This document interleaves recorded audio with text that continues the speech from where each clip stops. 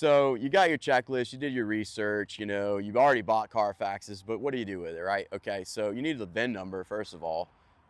There's multiple places on a car where the VIN number is, it's always gonna be right up here on the windshield. So that's one spot to find it.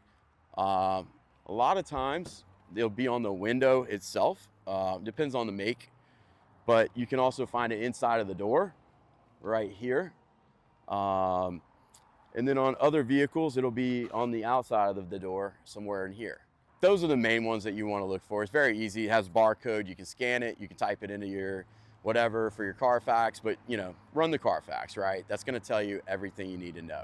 It's like this car we bought at auction. This car has brand new Michelin tires. Always a good sign that the car was taken care of, right? I mean, no one puts $1,500 Michelin tires on a vehicle and doesn't take care of the other maintenance on it. Another one that's kind of weird that I've noticed just over the years is a trend, and maybe I'm crazy, but is windshield wipers. Every car that I've ever had that had brand new windshield wipers was a really, really good car. I don't know why, it might just be me. But anyways, you're gonna wanna open up the engine, right? You just check your fluids. This is a 2018 with 126,000 miles on it, right? Look inside this car, all right?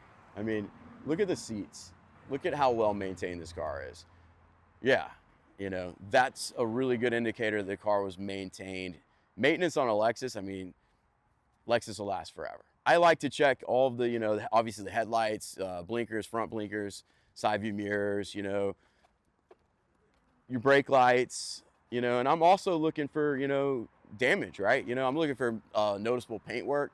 Another thing about Carfax, I will mention, is that, it doesn't always show an accident. If somebody pays out of pocket for an accident, it's not going to show up on the Carfax report. So, you want to look for, certain things in the paint that are kind of a dead giveaway. You just kind of go give a full walk around on each vehicle, just go over it all, like in the exterior, interior, all of it. It's not a bad idea if you're able and capable to climb underneath the vehicle, look for oil leaks, any kind of leaks on the transmission, to avoid being scammed and driving all over the place and having such a difficult time. And honestly, this is the most difficult car market that we've ever seen, at least in my 15 years. Supply is extremely low, prices are high, quality is even worse. So, if you want to make it a little easier on yourself, do your research ahead of time, have your checklist, have a mechanic lined up if it is out of town, find a reputable one that can check the car for you.